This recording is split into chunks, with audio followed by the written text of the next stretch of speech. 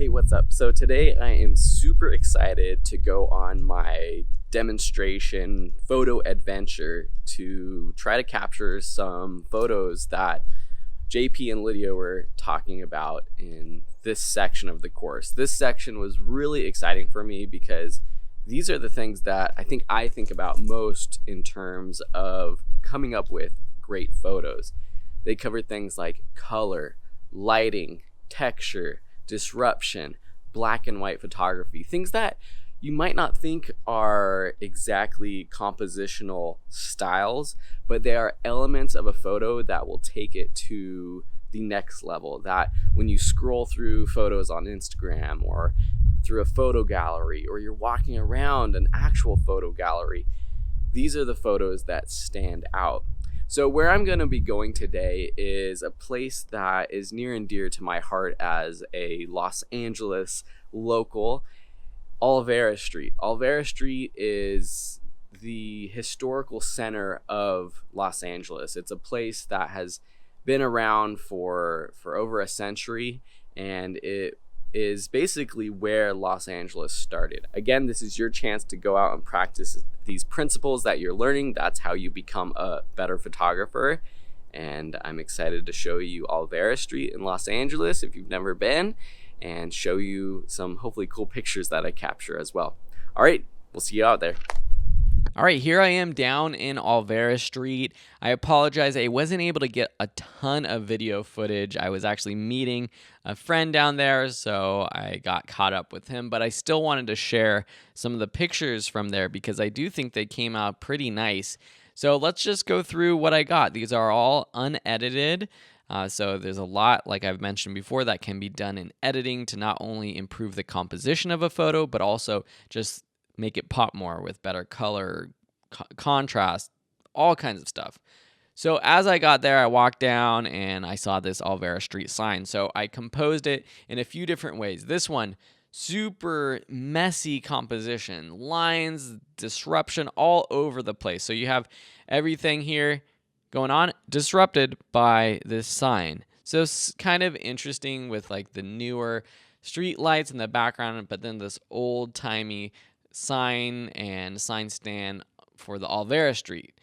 Here I zoomed out, I saw this guy kind of taking a selfie and just thought it was somewhat interesting just seeing, what's this guy thinking back here? This guy over here walking in frame, kind of nicely composed as well. So just kind of getting the story of the scene, people down here in Olvera Street, definitely a touristy spot. Then I zoomed in on the sign itself to try to clean up the background. So clean it up by zooming in, getting it blurrier, stepping to the side so I didn't have as many lights or signs in the background. Stepped over to the side even more, get a completely different story to this. Instead of seeing just the street signs and this apartment building, you see the palm trees. You see another building in the background that looks a little bit more epic and nice.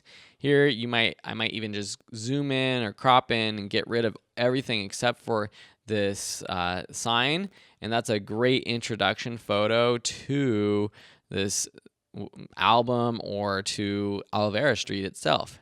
Definitely would play around with color. This is just a quick edit, but bring up the shadows there. Lots I would do in editing.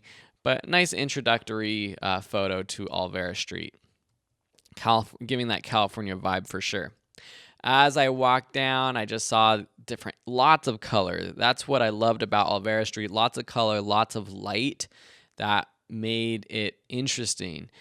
So these little garlands that were hanging from the railing right here were interesting to me. And then with the lighting, just such backlit right here, having the shadow.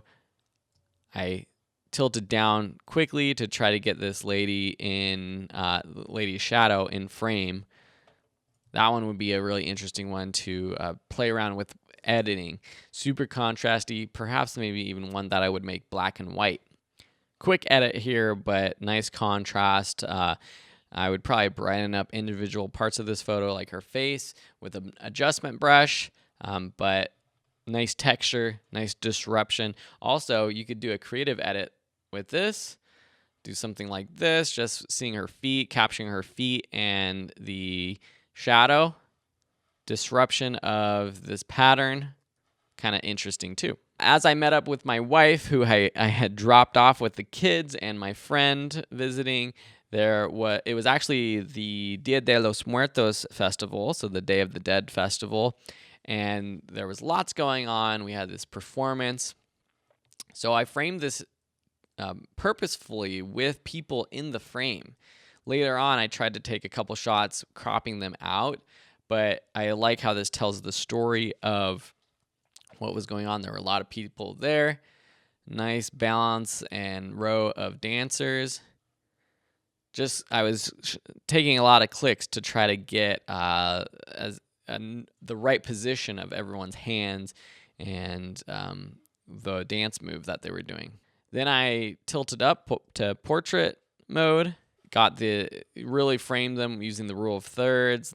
Lots of nice color though here. Obviously the makeup and the face painting is really nice. Here's a nice photo right here. It's just funny. Sometimes I like seeing photos or taking photos where you see people taking photos within that photo.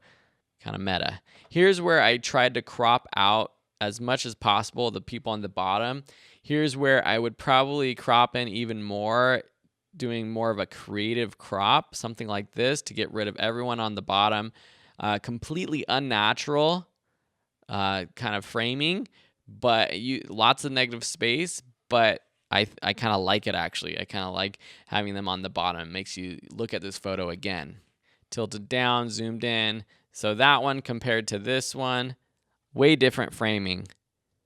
This one feels unnatural, but maybe that's what I'm going for. Here's a nice picture, nice textures. You can see the wood, you can see the brick and the clay roofing behind it. The tree. This is the entrance to the street. It's got this beautiful cross. So here I just was seeing that beautiful texture, the lighting color of the wood. It's so nice. Lots of detail.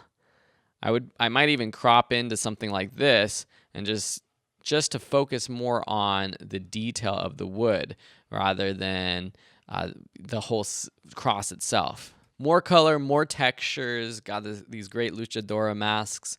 Lots of color there. You can feel the leather or pleather or whatever this is made out of just by looking at it. Nice shine. Zoomed out, got a whole bunch of them. Then as I was walking, I kind of just poked back and turned around and saw that the lighting again was really nice backlight. These are again unedited, so they can be made to look a lot nicer with the lighting of the person's face. Even a quick auto adjustment here in Lightroom CC improves it. Waiting for the right person to walk by. These people, not nice expressions. This lady right here, though, starts to walk by, out of focus here. Kind of an interesting photo with this guy in the background in focus, though. But here, beautiful backlighting, great shirt, great colors of her blouse. Pop on that auto, looks amazing. Nice texture of this shawl or this overcoat or whatever this is, that poncho she's holding. She's definitely in the zone. She's not smiling, and you don't need to smile for photos, though. I like all the textures and lighting you see in this photo. Beautiful color, lines, textures, again, of these cords, rosaries, these dolls. Again, just so much color. This guy wearing this amazing shirt right here. Boost that color, that exposure. Nice color. You got the flags, colors in the background too. All right, then I turned around and I saw that the City Hall building was actually being framed in the sort of opening of the sky. So disruption of the sky by the City Hall tower in the background.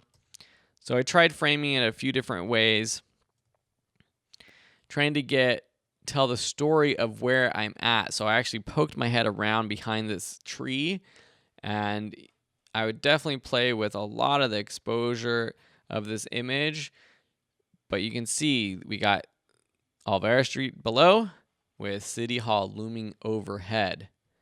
I like this photo because it tells you the story of where you're at. if you know what you're looking for, obviously. You might not know this. Most people probably don't know this, but this is the story of Los Angeles. More textures. I was using my macro lens. And then I kept walking, and then I looked back again, and I saw that the City Hall tower was framed even better, a little bit cleaner of a shot. We could see more of the vendors from below. Now, the exposure is so wacky here with this photo. I'd probably bring down the whites, bring down the highlights.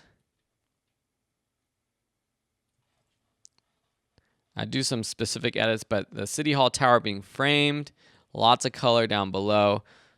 Pretty cool photo, I think. Here's these patterns and the textures of the bricks being broken up by some feet and this dog. I think this one looks good, black and white. Nice contrast. Got to get a shot of my boys. They got their little maracas there. And then here was also another great sort of texture of this sign, great colors. And sometimes when I see signs, I really like the sign, but actually composing it so that the whole sign or the whole word is composed in the frame can be distracting, because then people think that it's an actual photo of, the purpose is to read the sign. So sometimes I like cropping out and doing more of a creative crop like this, where you only see part of the sign. Lots of great colors though. You could feel that texture of the wood, even the paint on it. You can see that paint. You can see it chipping in places. You see this nail right here. Lots of great textures and colors. And then lastly, as I was leaving, I was walking down, and Olvera Street's right by Chinatown in downtown LA. So again, this is another photo with so much color, so much texture going on here. We got the signs in the background, this telephone pole, this awning, just so many little details. Again, the purpose is not to, it's not telling the story of this restaurant with the sign, is just showing the color. And I love this one too. You got the Manny Pacquiao movie poster right here, and just an interesting composition, interesting group of colors. This one I might actually frame portrait like this, something like that. Pop the colors even more, bring up that vibrance, saturation, something like that. Looks pretty cool to me. And then here's my last sort of photo. We were walking to our car, and this lady with this big umbrella started walking towards us, and I just thought it was like super interesting. And we have these great leading lines, not only of the sidewalk, but this fence with the shadow of the fence. So I kind of just kept snapping as she got closer. And I like this one right here. She's mid-step.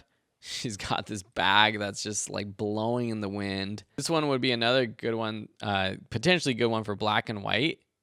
Just so many textures and things going on. It's a very busy photo, but it's one that I think makes you kind of look and spend a little bit of time and seeing all the details. And here's an example of me framing her exactly in the middle of the frame.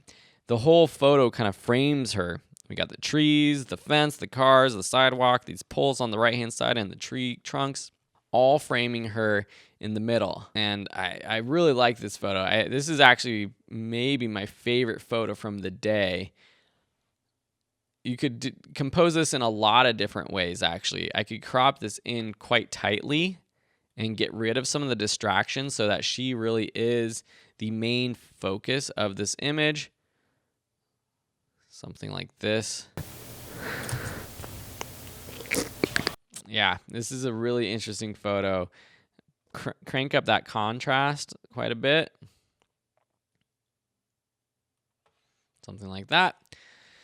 Anyways, I think that's a pretty cool photo. Lots of stuff going on. Great black and white shot. So that was my trip to Olvera Street. I hope you enjoyed seeing some of my photos and just examples of what I was trying to capture in this practical demonstration.